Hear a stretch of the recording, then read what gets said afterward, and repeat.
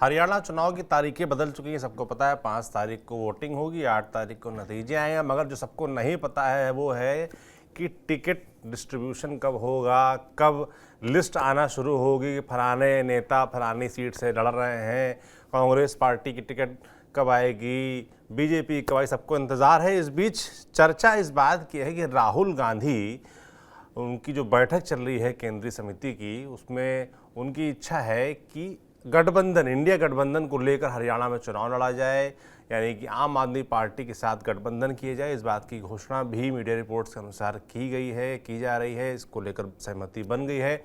तो इंडिया गठबंधन में क्या आम आदमी पार्टी ही होगी, क्या समाजवादी पार्टी भी होगी, और क्या राहुल गांधी के इस फैसले से जो हरियाणा के नेता हैं, हरियाणा कांग्रेस के नेता हैं, वो कितना इत्तेफाक रखते हैं, कितना खुश हैं, इस पर बात करेंगे हमारे वरिष्ठ साथी कुमार विक्रांत जी के साथ। विक्रांत जी, राहुल गांधी क्या ये फैसला कर चुके हैं कि अभी ये होना बाकी है कि इंडिया गठबंधन के साथ चुनावी मैदान में उतरना हरियाणा में?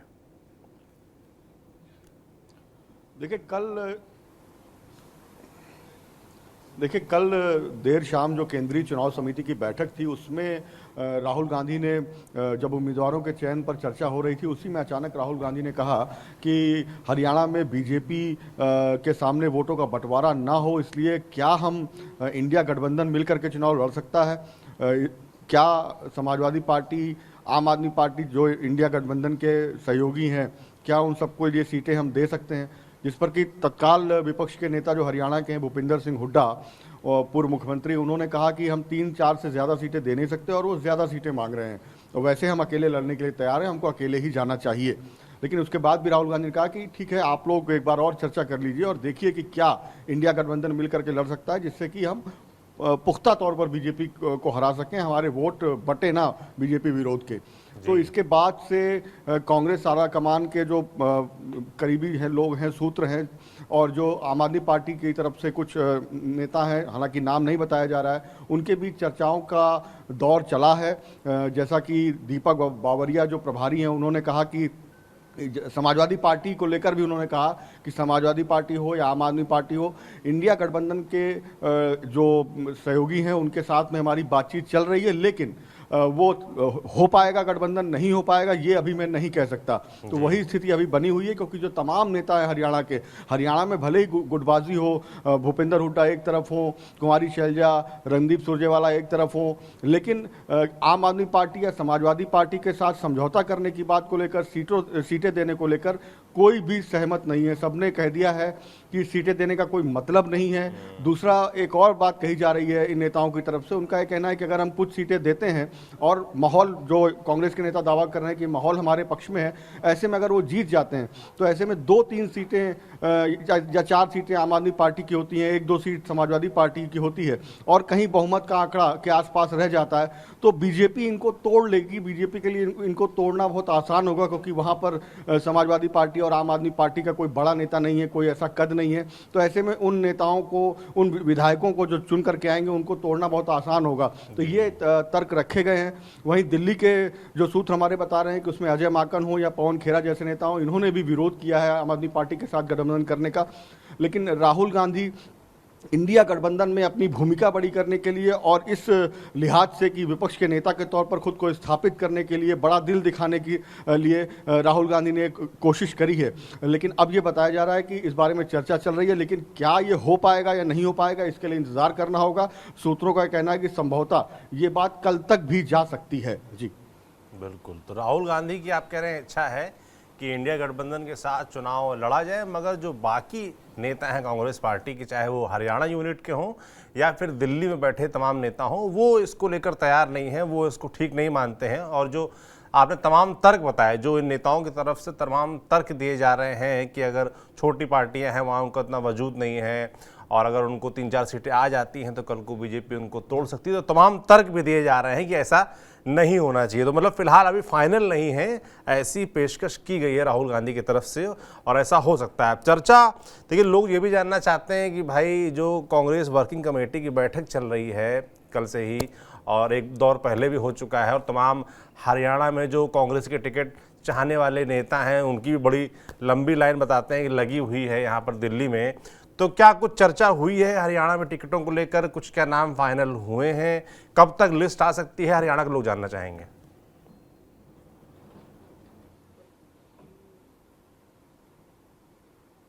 देखिए, लिस्ट कल आ सकती है। कल के बारे में बताया जा रहा है कि कल शाम को पहली सूची जारी हो सकती है और संभवतः एक साथ ज़्यादा से ज़्यादा सीटें, या हो सकता है कि 90 सीटें एक साथ कांग्रेस जारी कर सकती है, क्योंकि हरियाणा में एक चरण में ही मतदान होना है। दूसरी अहम बात यह है कि भूपेंद्र हुड्डा गढ़ी सांपला किलोई से उनका नाम तय हुआ है।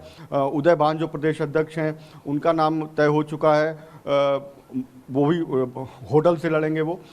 लेकिन जो अहम बात है, जो 3 सवाल लोगों के जहन में हैं कि कुमारी शैलजा, रणदीप सुरजेवाला और विनेश फोगाट, बजरंग पुनिया, तो इन चारों नेताओं पर कल जो मीटिंग हुई केंद्रीय चुनाव समिति की, सीईसी की, उसमें कोई चर्चा नहीं हुई इनकी सीटों की।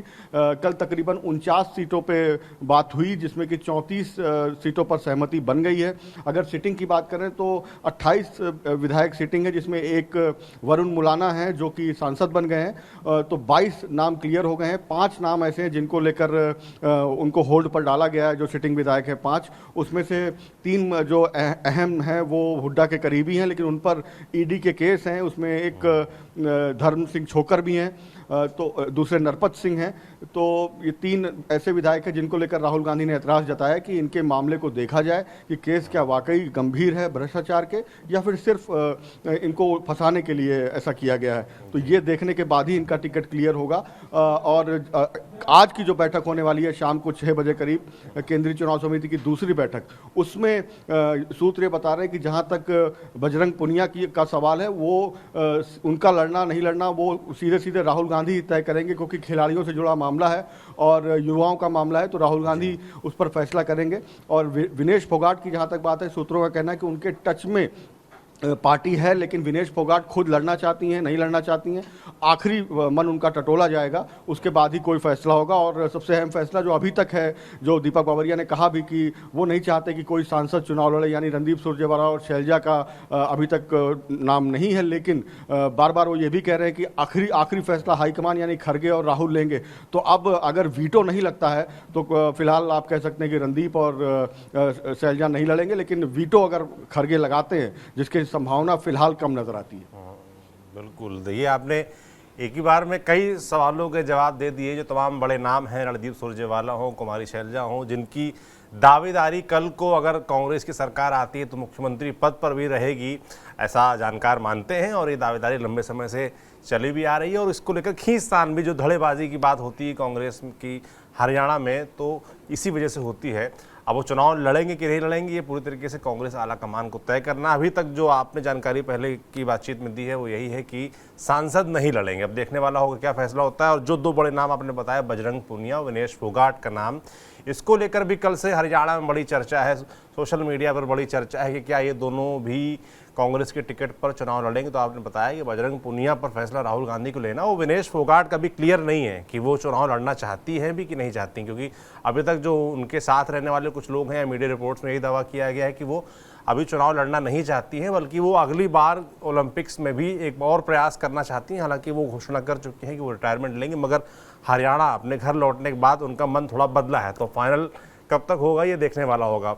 बहुत धन्यवाद, बहुत तमाम जानकारियों के लिए विक्रांत जी। बाकी सबको मुझे लगता है इंतज़ार है कि कब ये लिस्ट आती है और हरियाणा में किन नामों पर मुहर लगती है। हमारे वरिष्ठ साथी विक्रांत जी ने बताया कि कुछ नाम जो भूपेंद्र हुड्डा के करीबी हैं, जिन पर ईडी के मामले हैं, उनके नाम अभी होल्ड पर हैं, फंसे हुए हैं। राहुल गांधी ने चेक करने को बोला है कि चेक करिए कि इन पर राजनीतिक साजिश के तहत ये मुकदमे हुए हैं या एलिगेशन सीरियस हैं। सीरियस होंगे तो उनको टिकट नहीं मिलेगी, और ऐसा नहीं है तो उनको टिकट दी जाएगी। तो देखने वाला होगा, दिलचस्प होगा ये टिकट बंटवारा। और जब भी लिस्ट आती है, जो भी नाम आते हैं उन पर हम चर्चा जरूर करेंगे। आप देखते रहिए TV9 डिजिटल। शुक्रिया।